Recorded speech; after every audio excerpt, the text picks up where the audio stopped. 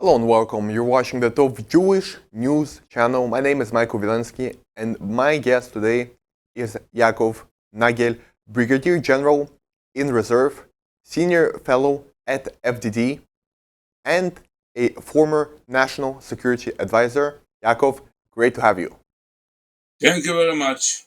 Ya'akov, what how did Israel manage to fight with Hamas in Gaza? What technique does the Israeli army use in Gaza that proved to be effective?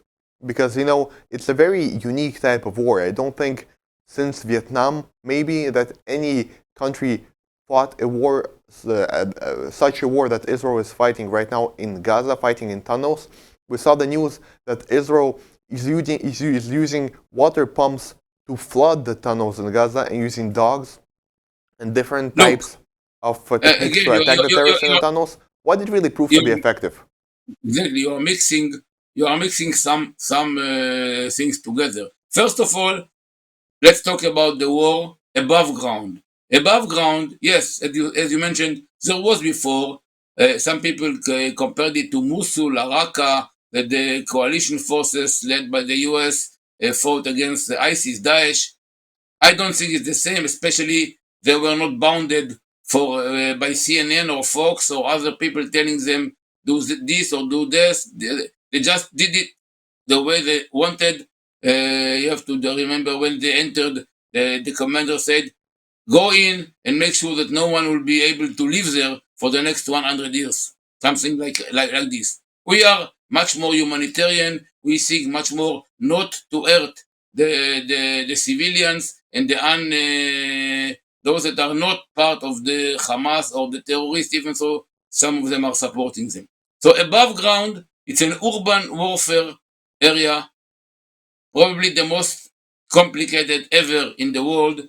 It's not the same in northern part of Gaza, central part, and maybe it won't be the same when we go to Rafah. Each part have its own unique characteristics, and the IDF adapted his war techniques and his fighting techniques to every area that he faced.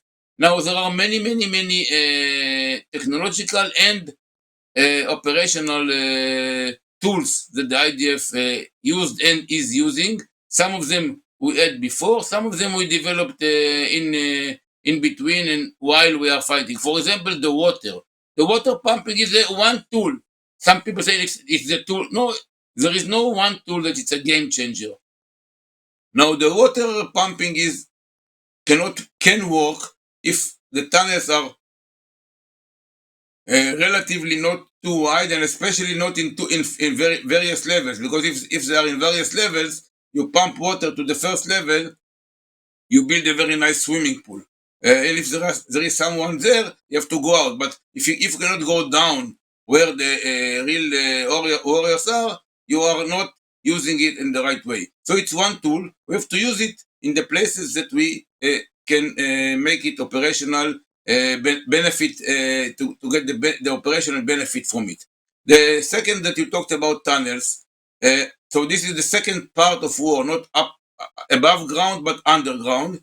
There it's the really big challenge, because the leaders are there, because the command centers are there, because the hostages are there, and we are building many tools that we had, and we have new one. Now, we don't want to fall in their trap, and we want them to fall in their own trap and make those tunnels their death tombs. They thought that we'll go in and then they can kill our soldiers and our special forces. No.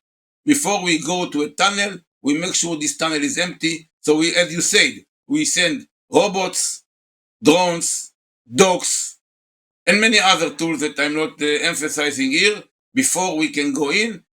Lately, we came to a point that we can send warriors inside. There were some fights inside some tunnels. We captured some of their leaders by surprise. But still, when you fight inside tunnels, you lose your advantage as a much better and bigger force, because it's at the end 1-on-1, 10-on-10 inside the tunnel. Believe me, the IDF knows how to fight. Until now, we don't have too much. We have some incidents, especially in entrance of the tunnels that were booby-trapped and full with IDs and others, that some of our people unfortunately died.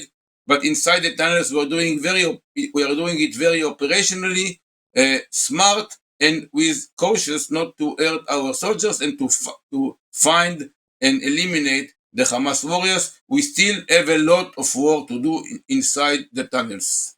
Yaakov, are you surprised by Hamas's, tactics in Gaza? Was Israel overwhelmed by Hamas during the Gaza war, or did we estimate it correctly?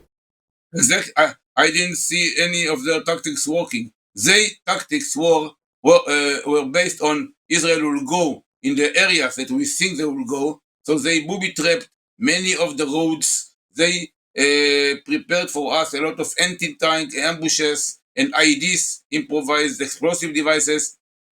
The IDF knew almost everything that the Hamas is planning, mostly above ground, and we overcame it. We don't enter homes from the door. We enter their command posts in the door and the houses from the walls, like we did before. We didn't use the roads that they planned us to go through. We didn't come to the places that they are expected us. We came from another ways. We started all of our maneuvers using the D9s, those huge Caterpillar, machines, together with the tanks. So they took from the Hamas tactics all their plans and their surprises that they planned for us. From time to time, they succeed because they are guerrilla. And guerrilla is an asymmetric warfare.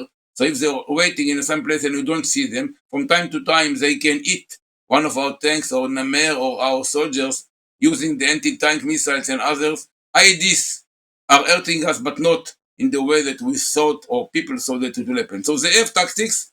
What the IDF did is to overcome and to eliminate their tactics. Yaakov, thank you very much for sharing your wisdom with us about the Gaza war. Always great to have you on our channel. Thank you very much, and we have still to talk about their crazy hostage deal that they are still. Sinwar is still in euphoria, thinks he will survive, he will be the leader, he will not changing anything on the borders, and we leave Gaza. No way. We are going to do it the way we are planning. Thank you very much. Thank you, Yaakov. Again, thank also to all our viewers that saw this interview. Please don't forget to subscribe to us here on YouTube and on all of our social media platforms. Thank you again. Have a great day.